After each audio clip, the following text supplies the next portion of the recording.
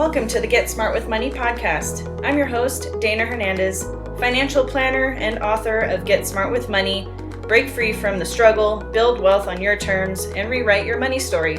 Here we talk about money, entrepreneurship, growth, and resilience, because financial freedom is about more than just numbers. Each week, you'll get practical strategies, inspiring stories, and the motivation you need to stress less about money and create more freedom in your life. Let's get smart with money together. Hello, and welcome back to the Get Smart with Money podcast. Today, I'm joined by Victor. He is a co-founder and president of Avendo LLC. From rebuilding his life after leaving former Yugoslavia to growing a business over 21 years and successfully exiting it, Victor's journey is one of resilience, entrepreneurship, and purpose, which is what we like to talk about on this show. We're talking about the lessons he's learned through business today, family, and starting over, and how those experiences shape the way he thinks about success and wealth. Victor, thank you for being here and welcome to the show. Oh, thank you. Thank you for having me. That's a quite nice intro. Appreciate it. Oh, you're welcome. So just tell me a little bit of your background, your family. Do you have kids, anything like that? Yeah, born and raised in a former Yugoslavia. Have yes, married for 29 years and have one son who is 24. Okay, congrats. That's a long time. Thank you. What's your secret to success in marriage? Oh, secrets. Secrets. No secrets, actually. I think that's one of Yeah, them. hey, look at Yeah, that. all right. Um, yeah, I think really honesty, communication, and no yelling. My Mm, wife taught me that. I mean, it's my persona is usually to speak louder when things don't go my way. uh-huh. But yeah, she actually is the one who kind of curved that and no cursing at each other. So we really have that kind of um, made commitment to each other that we won't yell at each other and we won't curse. And I think that helps solve the issues a little faster, I guess. Yeah, I can see how that would help things not Yeah, escalate, especially. yeah. When All things get right. heated. Yeah. Okay. Yeah, because I'm about to get married in like 3.5 months. So Oh, okay. we'll see. Congratulations. Yeah, thank you. I'm really excited. We've been planning and planning and planning. It's crazy. Yeah. Yeah. Well, can you tell us a little bit about your journey from a former Yugoslavia to becoming an entrepreneur in the United States?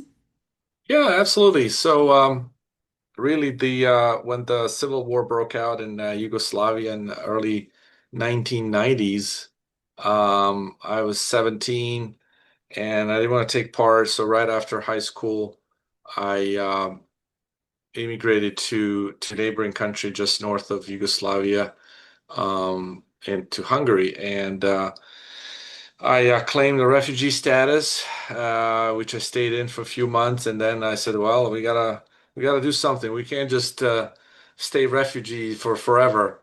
So little by little, started building life in Hungary, hoping that I'll go back as soon as the war is over. But the war lasted 4 years, and so I ended up staying in Hungary for 4.5 years. And then opportunity came along to come and study in the United States, which I was very happy about. Came to Florida in late 90s. Graduated from Embry-Riddle Aeronautical University in an aviation degree. And unfortunately, after 9/11, aviation was in a very bad spot when it came to jobs, because aviation is pretty cyclical, but this was a very a bad cycle those couple of years right after 9/11. So I I was actually very fortunate that at that time a friend of mine. It was more like an acquaintance at that time, not even a full friend. But he came to me and he asked me. We were talking on the phone. He says, "Do you want to start an e-commerce business with me?" And Hmm. without asking any questions, without trying to understand what are we doing, I said yes.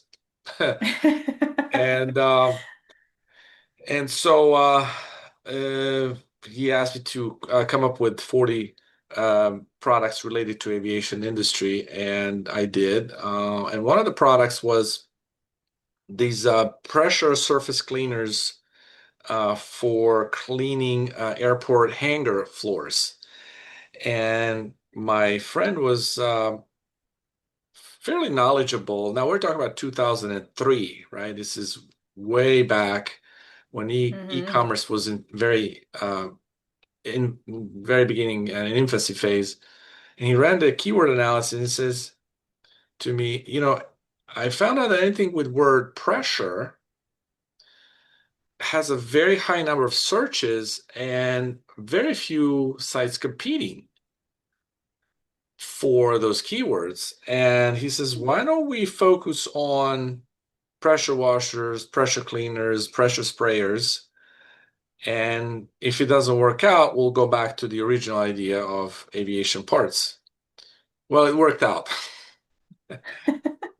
Not as quickly as it may seem, but yeah, we ended up creating a company, and he ended up being more of a silent partner, but that was the agreement we had because he had another business that he was running with his wife.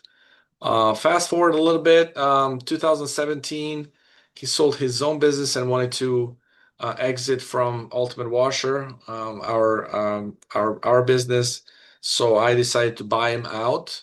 And during that time, we were also losing quite a bit of traffic that we enjoyed for many years, organic traffic from Google.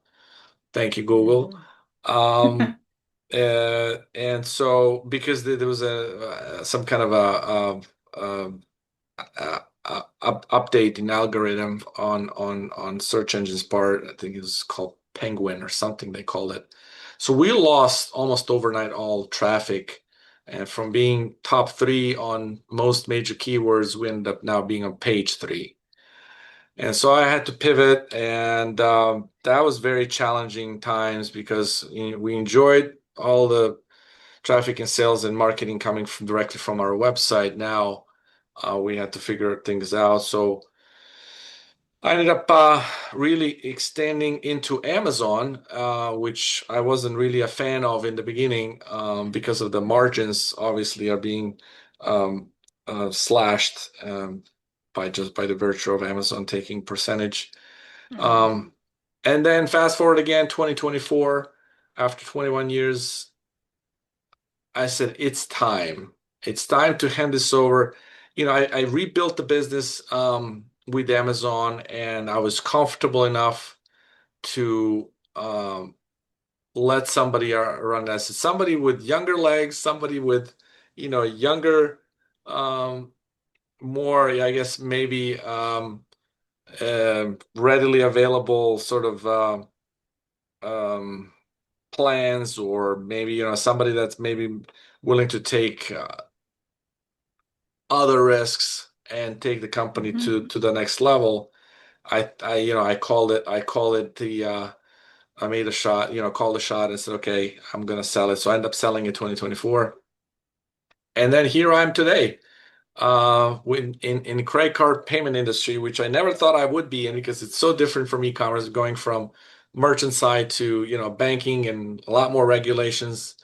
But here I Hmm. am in this industry, and I'm actually very excited about it. Good. What was your idea to get into that? Like, how did that transpire? So that really came from a realization that as a merchant, I felt that I did not have options. And what I mean by that is, uh, pretty much anything today, you have competition. If I wanted to buy a pressure washer hose, I could go to supplier A, B, or C, and besides the quality and the shipping cost you would choose based on the product cost. And I always had these options and choices. And with payment processing, that's not the case today, where you have a choice at the start of the process. We say, okay, you can review three processors and they give you a rate, and now you sign the agreement and now you're locked in. You end up processing with that processor for months and years, and you don't really have a way of comparing or knowing whether you're still getting a good rate, because maybe 2 years after you've signed the agreement, maybe your sales now have doubled and you have your processing double the quantity of the what goes through the credit card platforms, and you're not getting maybe adequate discounts, and you just have no way of knowing it. They tell you you're getting the Hmm. best rate, but right, you just have to trust that. And so we're changing that. I felt that, it was always like, there's got to be a different way. Can we get processors to give us the rate real time, and then can we choose the most favorable rate at a transactional level? So that was the thought process. So we built the platform that does just that. So um, basically, I'll explain in a kind of short um, way. It's when let's say you have a website, I don't know, shoes.com, and the consumer enters the product into a shopping cart. Let's say it's $100. So now, once the credit card information is entered, they click submit. What happens is then a vendor will capture the card information, and then we'll send this information to multiple credit card processors. At that point, the processors will return what we call a price response, meaning the rate for this card and for this transaction. And then based on these results, a vendor will make a selection, pick one processor, and then route that transaction to the selected processor, at which point then they will complete the transaction from end to end. And this gets repeated for each transaction. For each card that comes through, the processors will give their rate. And so that's kind of where that whole thing started, me being on the merchant side. Um, and just wanting to see a little more competition play out. Yeah. So you say that, let me make sure that I'm getting this right. So when the customer is buying something with their card online, it will send that card information and the price and everything that they're paying to different, basically like POS system, like rates. Because every time you Uh, swipe a card, there's rates for that, and that's what the business gets charged. Correct. So yes. So um, the because today, okay. So let me just back up a little bit and then try to explain maybe a little deeper. Um, when you sign up with a processor today, they'll ask you a bunch of questions, right? They'll ask, what's your monthly volume, how many chargebacks you get a month, what's your average ticket item, how long you've been in business, what type of customers, what product category. So those are questions. And then they say, okay, well, based on these factors, you are ranked in tier B for risk for us. And they say, okay, for tier B, for e-commerce business, this is the rate we're going to assign to you, right? And then Okay. when these transactions come in, they charge you that rate. But the cards that are being used, there's over 200 different cards, um, different types, from commercial to personal, gift cards, prepaid cards, there's a bunch of different cards, right? And they carry different government cards, they carry different risks. Hmm. And so we don't want processors to just bundle it all in one. We want to say, hey, if there are cards that carry less risk, right? We actually want you to give us your best rates and not average it out based on what you think may be happening, right? Because that's what really happens with the processing today. So based on the card information at that moment with that customer, with that merchant, we want you to give us your best available rate for that transaction, and Hmm. um, and then we, again, our platform communicates with theirs. We get these responses, and we're able to make these determinations real time. Yeah, that must be a fast process then. Yes, it's seconds and milliseconds, really. It happens all in the background. There's no difference to a consumer or the merchant as they process today when it comes to delays. There's really no delays. It's fast. It's just zoom zoom. Nice, nice. So would that potentially be putting the customer responsible for the merchant costs each time or the business? Okay, so business is still like the merchant is still the one that's going to be responsible for the fees that come from a Okay. payment processor. As far as us, the way we make money, we charge just a flat rate fee, which is 10 cents to the payment processor. So there's Okay. no monthly subscriptions or any kind of rates that we charge to the merchants. So our service to the merchants is basically free.